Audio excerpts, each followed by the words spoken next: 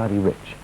By popular agreement, Buddy Rich is the most gifted and certainly the most exciting drummer in jazz today. He's just made a brief visit to Britain at the head of a new orchestra that the critics have saluted as a dynamic jazz ensemble in the class of the Basie and Ellington bands. Tonight, Buddy Rich and his orchestra were featured in BBC Two's Something Special. Just after the show was recorded, I spoke to Buddy Rich.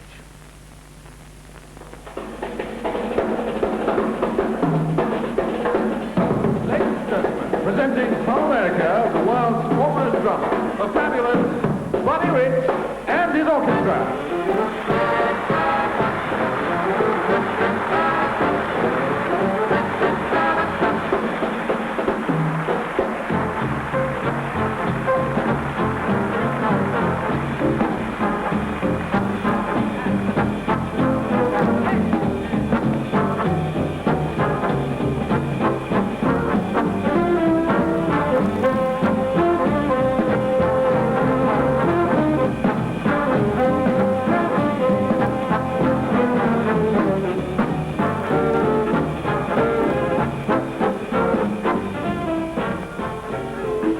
Buddy Rich, they laughed when you sat down to play behind yet another big band. They said it would never come off economically.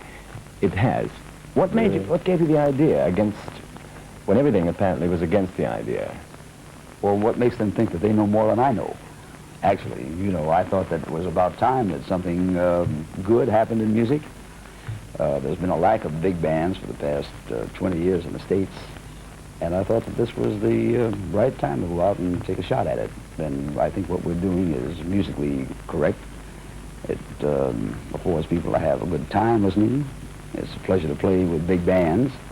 And I think that's about the only reason I did it, was to put a little new life back in something that had been dying for about 20 years. In a way, it was an extraordinary act of faith because you sank your own money into the project, despite the fact that rival big band leaders, Kenton, Harry James, most of them, in fact, were saying you hadn't got a chance. Well, not so much Kenton. Kenton was all for it because, as you know, Stan is a very progressive thinking man musically, and he was kind of happy that something new was happening in music. Harry James wasn't too thrilled about it because Harry has been having the same kind of luck with his band that he's been having for 20 years. He plays Las Vegas and he plays 2 or 3 location spots, and he never does anything other than that. And he was a little upset when I left the band, and when the band finally did hit and became fairly successful, he kind of resented it because he'd been working for such a long time without anything really important happening to him, and we've had such marvelous luck. We have our own television series starting May 20th. We're taking the Jackie Gleason Summer Replacement Show over. We're doing a summer tour with Frank Sinatra. And these are all very important things. These are especially for a new band, a band that's only been organized just a year. How have some of the other big bands, your rivals, if you like, in America, reacted to this unexpected success of your lot? I think they're a little surprised because I think we've attained as much success in the 1 year that a lot of bands take 4 and 5 years to attain. And so they're a little shook up by it. They say, what happened? Why is this band more successful than we are? And I think it might be due to the fact that we're a contemporary band. We're playing what's happening today in music, only we enlarge the sound. Instead of having a quartet or a quintet, we have 17 people. And the voicing is different, and I think it's better. When you set out with this idea of forming a new big band, clearly you wanted a new sound. Now, were there established sounds that you wanted to get away from? What were they? Well, we wanted to get away from the Ghost Band sound, the Glenn Miller sound, the Tommy Dorsey sound, the Benny Goodman sound, the Count Basie sound, the bands that have already become established and that other people are trying to follow in their particular footsteps without any original thought behind it. My idea was to start something that was completely my own. The style of the band, excuse me, the style of the band, the feeling of the band was a young feeling, sort of for the young people. And if you remember the big bands, that was fine. But too many young people were never acquainted to the big band sound. They didn't know about big bands. They'd heard about them on television, they'd heard about them on records, but they'd never seen a big band in person. And now we find that our audiences consist of maybe 50% the young people in their early 20s, and the older people who remember the big bands but want to hear something different. And I think that's why this band has caught on.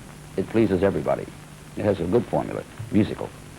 How do you rate some of the competition that's been around so long, notably the big bands of Basie and Ellington? I rate them as being the geniuses of the music business. Duke Ellington, we set apart. Duke Ellington is Duke Ellington, and there'll never be anybody like him. And there'll never be another musical sound like his. It's his own personality in his own music. Everything he plays, he writes, or at least the people that write for him write like him. Count Basie was the originator of that particular kind of jazz, that free-feeling, light, swinging kind of thing, projected happiness. And there'll never be another Count Basie. I think these are the two people that I respect more than anybody else in the music business. Their bands have always been fabulous. Kenton? Kenton, I give a lot of credit for being a progressive thinker. Not necessarily a swinging musician or a swinging band, but at least getting away from what was accepted in those days and starting out on something new, a new chord structure, a new overall sound. The big band utilizing French horns, piccolos, flutes, bassoon, whatever, taking all the symphonic horns and utilizing them in jazz. It was a different sound. Buddy, at 49, you've actually been in jazz 46 and a half years, if I'm right. You were on stage first at the age of 18 months playing drums. Now, how did you happen to be playing drums at this age? Nobody seems to know that answer, and least of all me. You see, my family were in vaudeville. My father was a singer, dancer, comedian. My mother was a singer. And I used to be brought out at the finale of their act and taken out by the hand, stand up in front of a set of drums and play marches, things like that. I was never really a jazz musician until about the time I was 16 years old, and I got my first job in a small Dixieland band in New York City. But nobody actually knows why it happened with drums. And to this day, I couldn't really give you an honest answer. You know, it's just one of those things. Well, you found when you became a steady musician, as it were, playing jazz, that you had the gift of quite, some would say, superhuman technique. In those days, was there a tendency for you to show off? No, I don't think so. I don't think it was necessary to show off. When I had an opportunity to display technique, I displayed it. That's what I was being paid for. And if that can be... I mean, did the technique in those days ever run away with the music? No, definitely not, because the bands that I played with were very strict. When I worked with Joe Marcella, which was a Dixieland band, you had to play a certain way in that band, and you couldn't deviate from that particular style. When I left Marcella, and I went with Bunny Berrigan, and that was a different kind of band, and you had to play what that band called for. Then I went with Artie Shaw, and Artie Shaw was a very difficult band to work for, and that's when I think I started to realize that you can't really get along with band leaders. They have a very set attitude about the people that they hire and people that they want you to play a certain way. And I found that working for Artie Shaw was a terrible strain on me. And I stayed with him for about a year, and I went with Tommy Dorsey after that. And that's when I realized that I should have stayed with Artie Shaw, because he was a very difficult man to work for. But I stayed with Tommy almost 6.5 years. It was a very good job, and he had some great people. Frank Sinatra was on that band, Ziggy Elman, Joe Bushkin, Joe Stafford. You roomed with Sinatra? Yes, I roomed with Sinatra from 1940 till almost 1942. You both had a reputation, then at least, for being slightly aggressive, or at least difficult to get on with. How did you make out? We still are, but we're great friends. As a matter of fact, I'm doing a tour with Sinatra on July 2nd of this year. But in those days, when, you see, we're just about the same age, and we were both striving for a certain amount of attention. We were both striving to be successful, and when you figure that one man is a singer and he's down front in personal contact with the audience, and some nuts way in the back playing drums, and he wants to also be successful, you have a mixture of temperament and a mixture of personalities. And Frank's personality is not unlike mine, or I should say my personality is not unlike Frank's. And so there was a slight conflict. But in 1945, I got out of the Marine Corps in 1945, and I was tentatively set to go back with Dorsey's band. And Frank had already left Dorsey's band. It was a huge success in New York City. And he gave me $50,000 to organize my own band. So we couldn't have been too opposite to each other's personalities, because he backed my very first big band. And while it wasn't as successful as we both hoped it would be, because in 1945 and 46, we saw the decline of the big band days. And I organized at the wrong time. But still, it was a great band.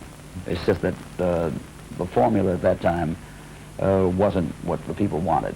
You know, it was going into small groups, jazz groups, not big bands. Economically, it was wrong, too. I suppose a psychologist might say of you in those early days that you were in the ideal profession, playing the ideal instrument, as it were. If you wanted to get rid of your aggression, didn't always work. It always worked, you know, because at least a drum can't hit back. You know, you can hit it, but it can't hit back. But I've been in a few beeps in my career, and it's been part of growing up, I think. I'm not quite as temperamental as I used to be, although I am still very temperamental, but only on occasion. If something is wrong and I think it shouldn't be wrong, I'll voice my opinion very strongly about things.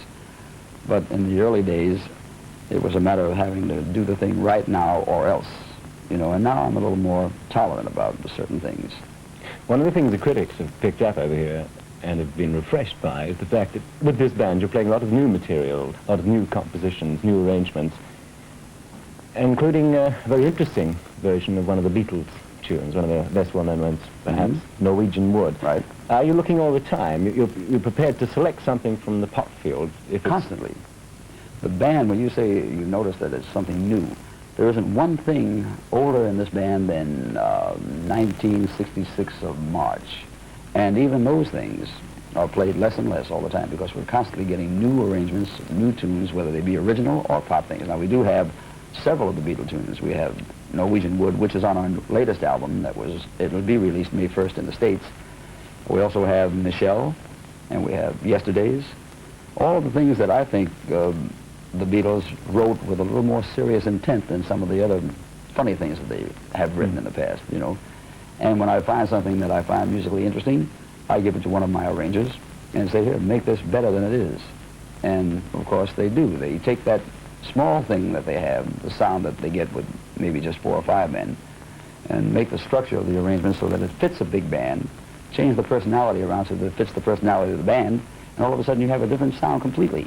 And I don't know whether you heard Norwegian Wood, but it's almost a swinging kind of thing. It gets a very exciting thing going between the band and the audience. It's a great rapport, and it gets, I think we get as many requests for it as any other tune, including West Side Story. Buddy, I wanted to put a last personal question to you. About 7 years ago, you were seriously ill, heart trouble, I think, and I think doctors warned you at the time that you'd be risking your life if you continued in this business. You've continued. Well, what do they know? Actually, I had a serious heart attack in 1959, and I was in the hospital 4 months.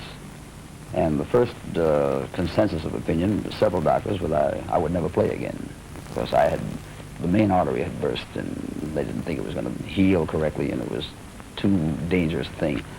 Then after about 6 months of being off, it was healing very well. And I'm not the kind of a man who sits back and says, well, this is the end, you know, what am I going to do now? So I called up the office and said, look, I'm ready to go back to work. I was running around the house like a maniac, you know, I had nothing to do. And I went back to work in 1960, and I haven't had a month off in the past 7 years. And I've had 2 slight seizures since then, one on the golf course with Billy Eckstein, and he came to see me in the hospital, and he said, you'll do anything to win a hole. You know, that's how serious it was. But I never think back about that. I'm always thinking ahead. I'm thinking about tomorrow. And if it holds out, beautiful. And if it doesn't hold out, I hope it happens on the bandstand. At least it'll go down swinging. But I never think about it as being a very serious thing. You know, fun, fun, fun, fun. Buddy Rich, thank you. Thank you. My pleasure to see you. Connoisseurs reckon that as television westerns go, the